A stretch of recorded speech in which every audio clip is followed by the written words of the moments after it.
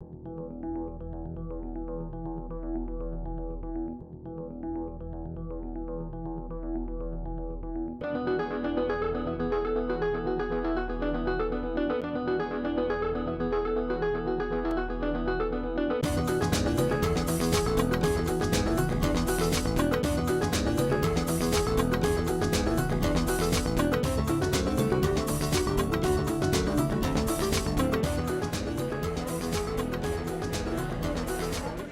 the day-to-day job of teaching, there is so much coming at you and so much you're responsible for doing, you don't often get time to stop and reflect on how effective you're being.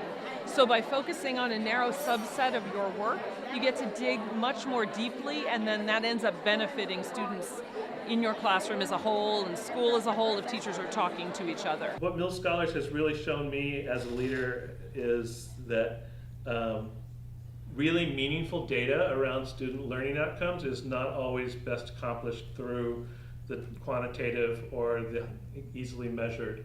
That sometimes we have to look at the things that are really difficult to measure and difficult to encapsulate. And that kind of resiliency around running into data, trying to grapple with it, coming up with an answer, and doing that over and over is what I think is a real hallmark of our teachers. And I thank the Mills Scholars Program for helping us develop as a group of scholars. Mills Teacher Scholars is a teacher professional development program out of the School of Education here at Mills College. And we support teachers and their classroom teachers to do year-long inquiry on some aspect of their focal students' learning that they want to get smarter about. The Teacher Inquiry and Action Forum is an opportunity for our teachers from our scholars group and also from our school site scholars group to come together and go public with what they've learned. Teachers in our groups, they work in cross-grade level teams to understand some aspect of their focal students' learning. And I just want to highlight a couple key themes. One of those across all of our work is this sustained, systematic looking at student work in a particular area, which really distinguishes Mills Teacher Scholars. We come back and we look at a particular aspect of our practice over and over and over again, and we really track students' thinking and development and understanding.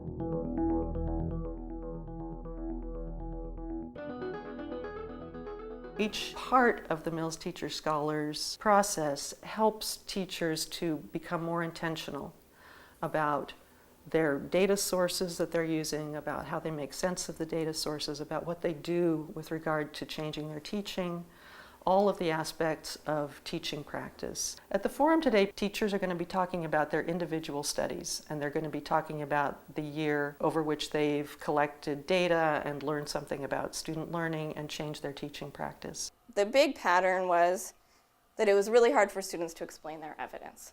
So it was, at the beginning of the year, kids did have a clear argument, maybe a topic sentence in their paragraph.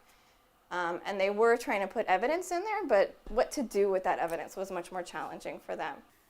My biggest, I think, understandings, though, came from looking at using these writings in response to their own questions as a form of assessment, because I'm used to reading 100 answers to the same question that I developed and just having 100 answers that are either right or wrong. However, it was much more exciting to get 100 different readings of the same text with very different things that I could tell students were interested in or that they were wondering about or that they were genuinely pulling from the text. There's so little reflective time built into the life of a teacher, and so we like to slow things down. It's not all about planning forward, it's really about looking back and reflecting on what you have done, looking closely at student work.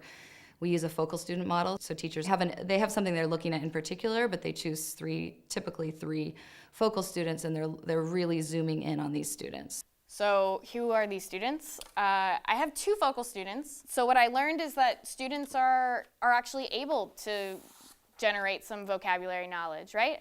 Through constructivist techniques. I learned that I don't actually have to have them write down definitions of words, that their understandings are way more meaningful.